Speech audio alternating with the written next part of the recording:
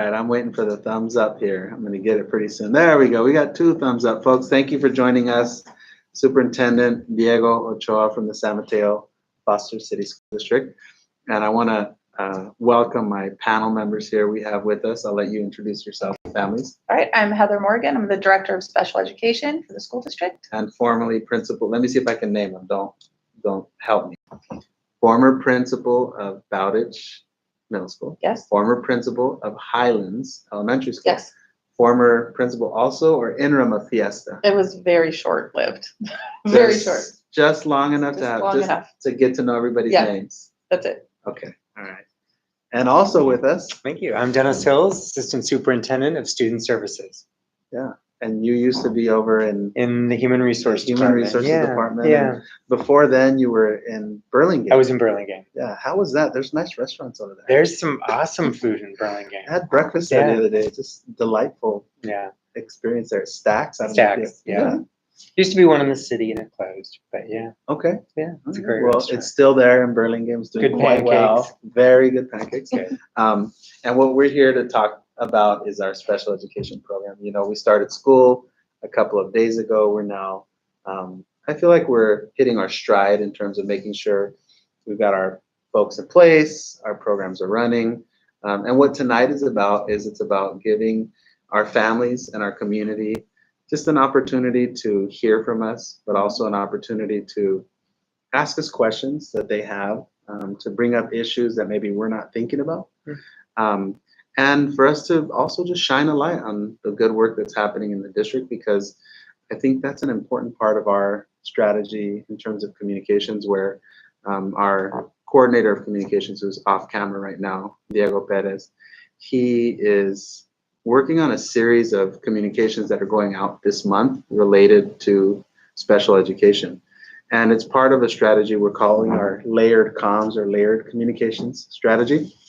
So I want to take folks through that. I'll take the 2 of you through that. Awesome. The idea here is that we want our district communications to really dovetail, to be connected with one another.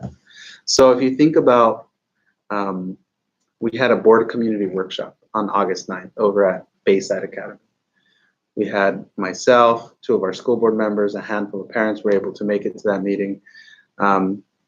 Special education was on the agenda in addition to other parent concerns, but it just gave us an opportunity to shine a light in that meeting on special education.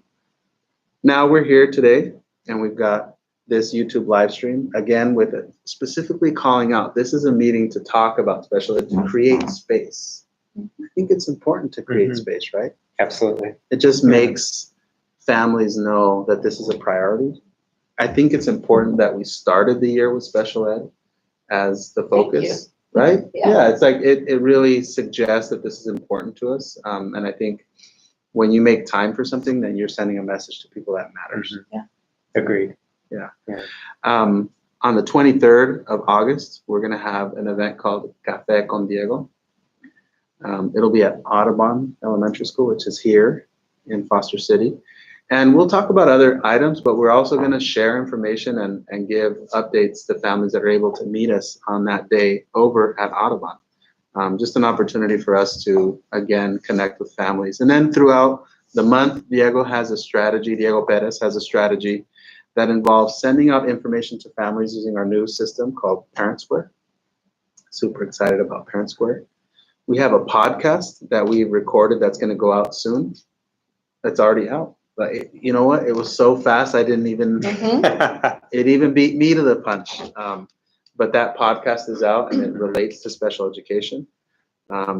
Diego's very, he's very effective at getting our content into social media. So he's using LinkedIn, he's using Facebook, Instagram, and Twitter to make sure that we get that message out there.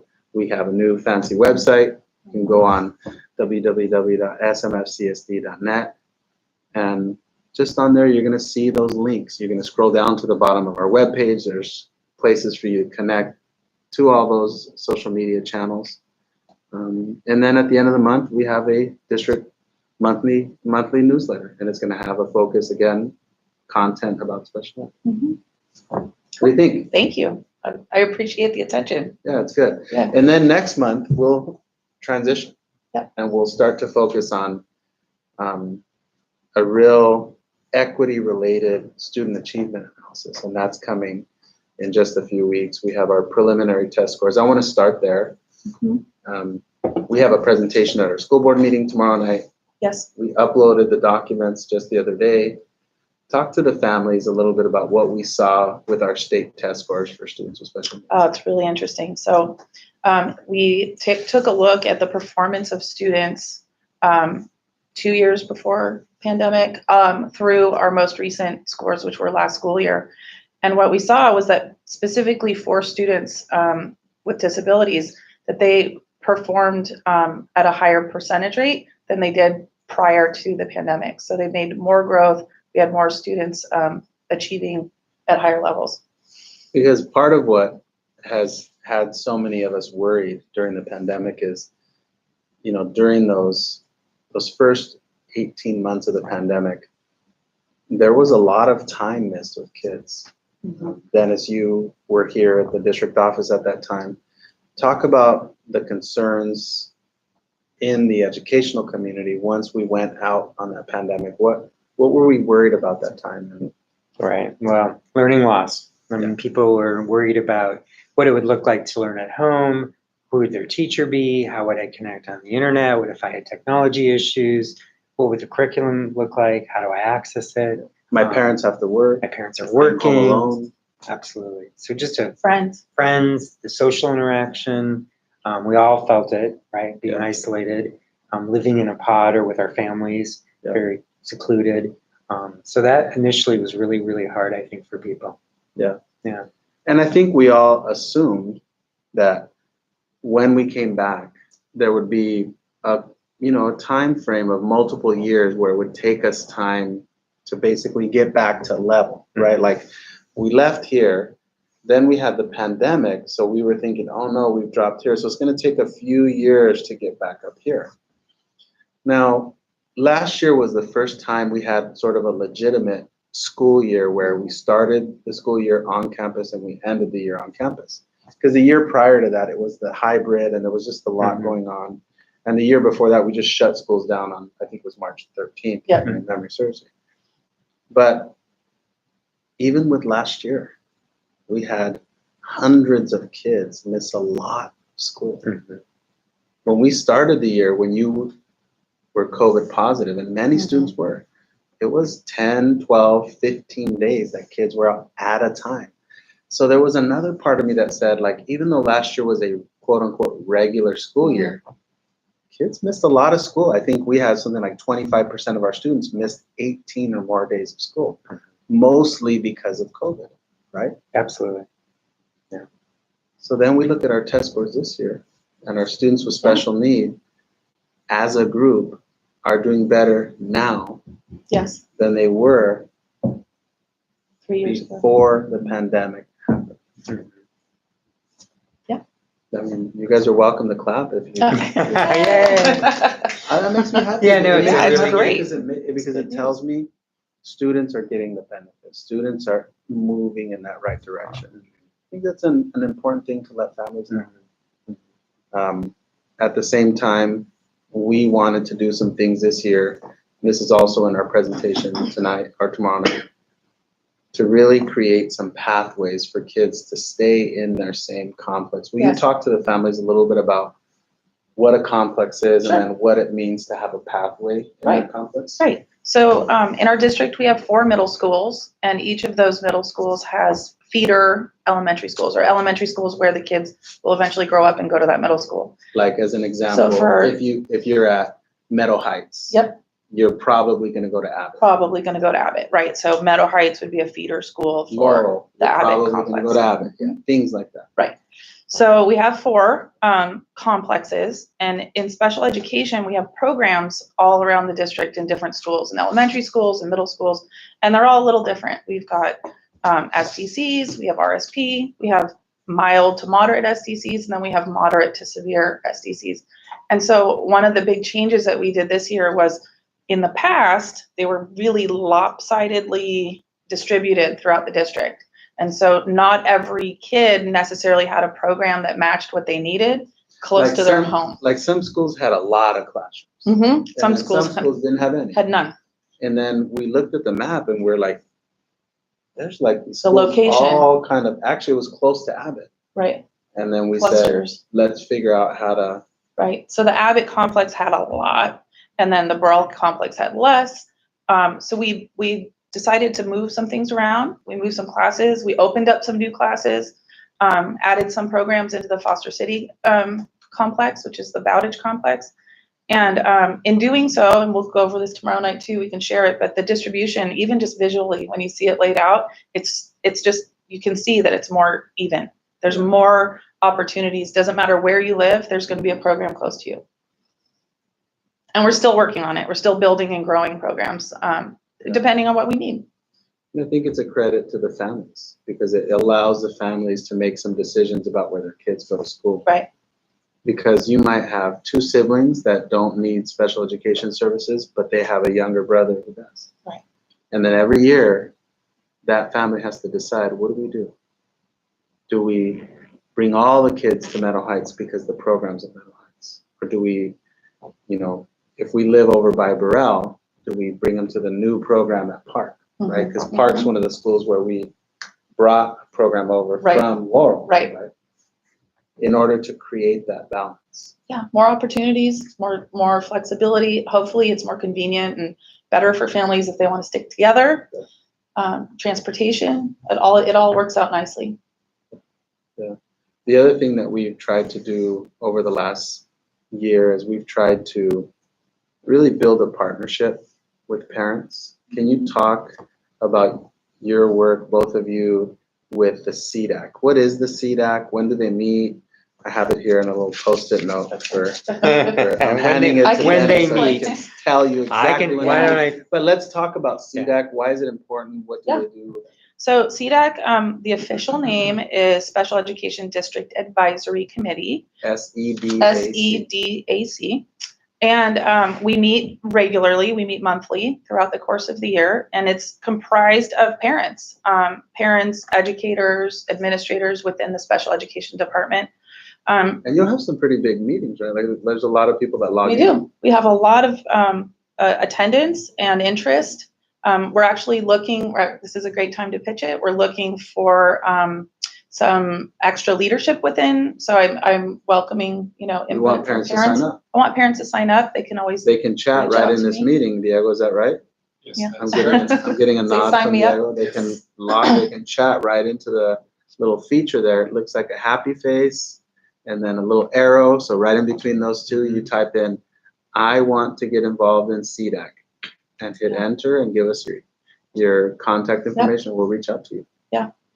And what we do there is we've actually really had this wonderful experience with adding up a lot more transparency and just giving parents sort of an open forum for conversations and letting us know what their experience is like. I always say when I was a principal, I can't help you if I don't know what your issues are. So it's a great opportunity to have that communication. And then also we bring in guest speakers to talk about content and ideas that are really pertinent to our special education families. I like that comment. I can't help you if I don't know what your issue. I'm going to use that on my teenagers. There's a window in there for me to talk to my teenagers about that. Talk to me. Tell me. Yeah, the You date. taught special education. Sure. Before you give the dates, Yeah. just from your background and your training as a special educator and now as an administrator, why is this parent connection so important? Oh, because parents make a huge difference. I think about children in general, and I'm not a parent, but parents really make a difference. Your role is key in their success. As Heather said, if we don't know what's going on for you, we can't help you. Kids know how parents feel about school. So the more connected you can be to your school and to your teacher and to your administration and your community, the better kids will feel about going to school. They will mirror your experience. So getting involved will help you to be a part of the process and part of the solutions, and we want you there. When are the CDACs in person, and where are they? Or did you mention it? We have the dates this year. Let me tell you the dates. He's got them. September 9th, November No. 5th. Oh, September 20. Oh, well, we'll clarify the dates, but I think I have September 9th, November 15th, January 24th, March 21st, and May 23rd. I'm That sounds assuming right. they're on our There we go. website. There we go. Yeah, there you Yeah. go. I think the September date might need A refresh. an adjustment. But it's on our website. We will let you know. Right? Yeah. And then also our picnic this weekend. Yeah, Wanna talk about the that? picnic. Is this the time to Yeah. talk about that? Well, how good is the food, first of all? The Let's food start is there. going to be amazing. And all of Okay. you, We all YouTubers. tasted some. We got to try it. is it really this? It's the same. Yeah, it's it's the same organization. They're doing it. It's not the exact same menu, but What's the? so we're gonna have a family barbecue for all are welcome. We did send out flyers with RSVPs just so we could get a head count, have an idea of who's coming. But we really want to encourage our families to come. Bring your kids. It's going to be at San Mateo Park School this weekend on Saturday from 11 to 1. And we have already had a great number of RSVPs, and my whole staff will be there. I'll be there. We'll be sharing barbecue. We'll be, playing. We have some activities for the kids, and you have a chance to meet and connect with some of your teachers and other people in my department. I really wanted to have a chance to connect with everybody on a more casual environment. You can just get to know us as people, and we can talk and just kind of kick the year off. It's our kickoff for the year. Yeah. It'll be fun. Just create community. Yeah. Food. Yeah. Shade. Yes. Right, because San Mateo Park has these gorgeous, really trees, nice and yard. just Mhm. incredible trees out there. So we just really want people to come out and join us and talk to us. Yes. And get to know us a little bit. And each other. I want to really introduce our families to each other so they Our know teachers who their are network. invited, Yep. our paraprofessionals. teachers. And and speech all of my language coordinators will be there. therapists, And yep, coordinators, all so of our staff is invited. that's Nice. wonderful. It'll be fun. Yeah. Hopefully you have great weather. I hope so. It's been really nice. So What we wanted to do tonight was we wanted to talk about the great news with our student achievement results. We wanted to talk about the importance of creating these pathways in our communities. We wanted to talk about CDAC and how we relate to the CDAC and what the CDAC is all about. We definitely wanted to talk about this opportunity to create community, which is this Saturday over at San Mateo Park Elementary at 11 in the morning, where it's shady and beautiful at that time. But we also just wanted to just open the dialogue with families. And there are those that are watching that are participating online.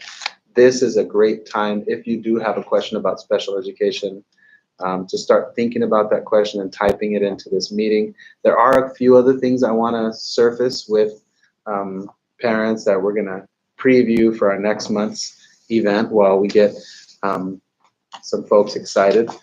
This is a report that you all are going to get about a week from now.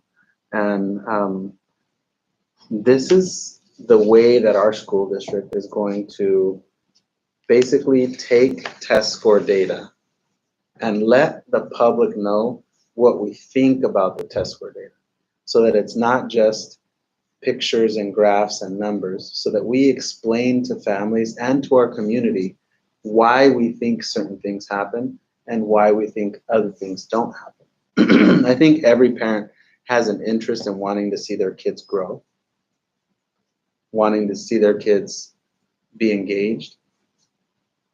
So if you have teenagers, and I know you did recently in our district, at the middle school grade levels, and I certainly have kids at that grade level, you just want to see that connection from one year to the next, that they're making that progress.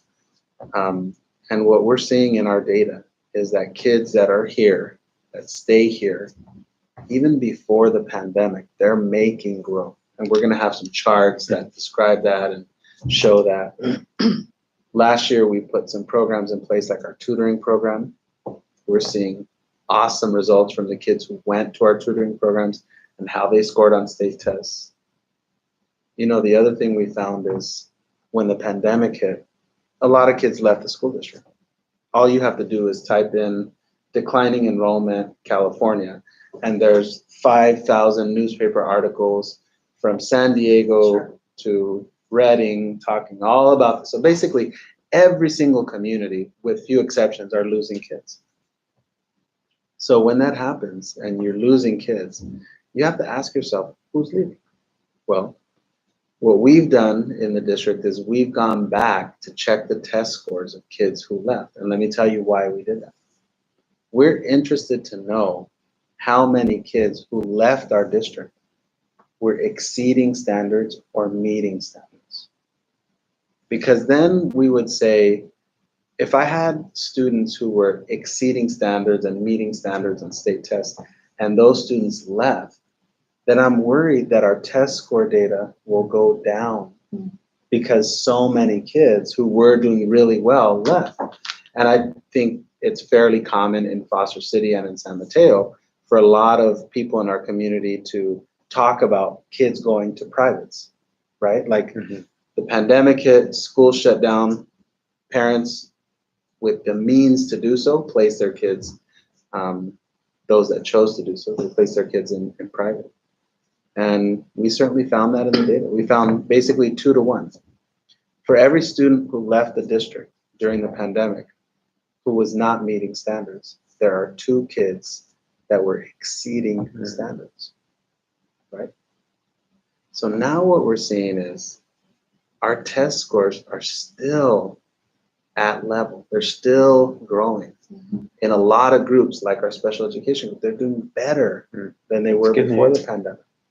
And we're starting to zero in on how kids, and I mean like individual kids, but also groups of kids, how they did after the pandemic had that impact on their test scores. And that's what you're going to find in this L3 report.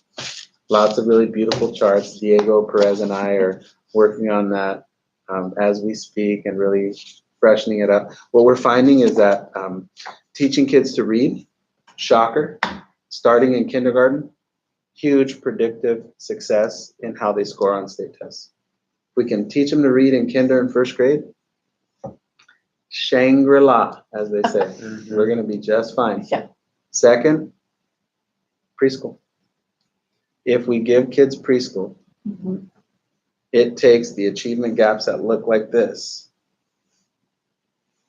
and it cuts them dramatically. Achievement gaps that really hold kids back and harm their education just become really, really small. And this report's going to show all that. So I'm excited for that.